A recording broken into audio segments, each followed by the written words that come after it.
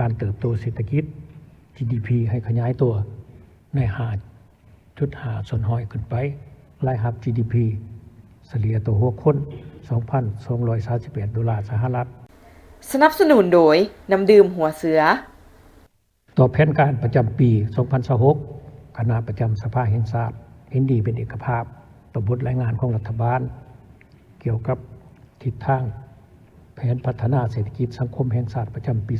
2026 ซึ่งเป็นปีทับอิฐในการจัดตั้งพันขยาย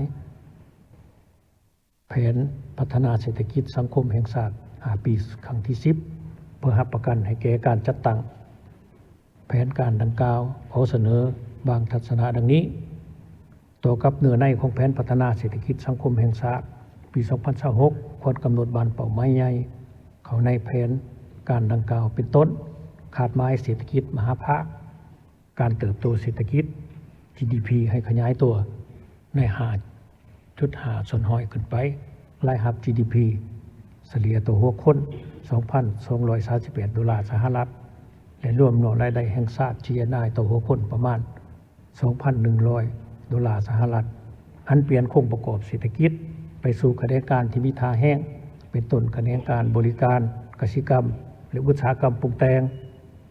กำหนดโครงการบุริมสิทธิ์ของการพัฒนาที่มีท่าแห้ง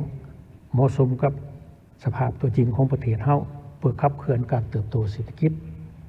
เพื่อรับประกันการจัดตั้งปฏิบัติแผนพัฒนาเศรษฐกิจสังคมแห่งชาติ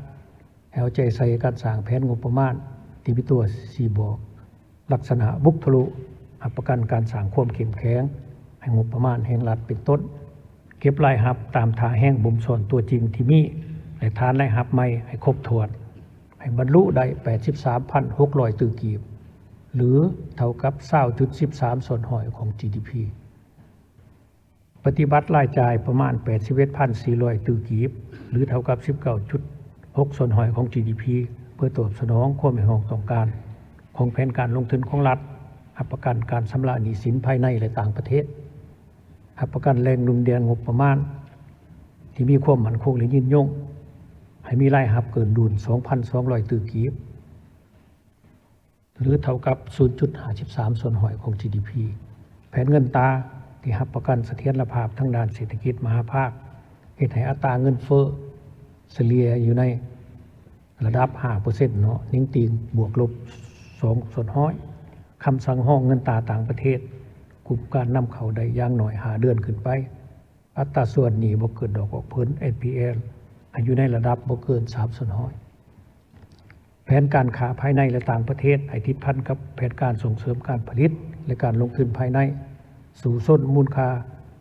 การค้าต่างประเทศให้ได้$22,887 ล้านสหรัฐให้การค้าเกินดุล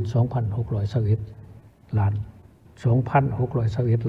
สหรัฐแผนการลงทุนเพื่อการพัฒนาเศรษฐกิจสังคมให้มีการส่งเสริมการเข้าร่วมของทุกภาคส่วนเศรษฐกิจมีการประสานสมทบและกลุ่มเกี่ยวกันอย่างเป็นระบบเป็นต้นการลงทุนรัฐ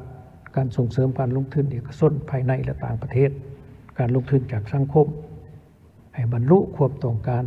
ถึงรวมทั้งหมด 92,250 ตื้อกีบหรือเท่ากับ 22 ส่วนห้อยของ GDP ความซื่นใจมีหน้าตาเป็นแบบใดหน้าตาซื่อๆแต่เห็นแล้วซุ่มซื่นหัวใจน้ำบ่น้ำดื่มหัวเสือคุณภาพเหรียญคำระดับสากลตื่มความซื่นใจห่วงใยทุกเวลา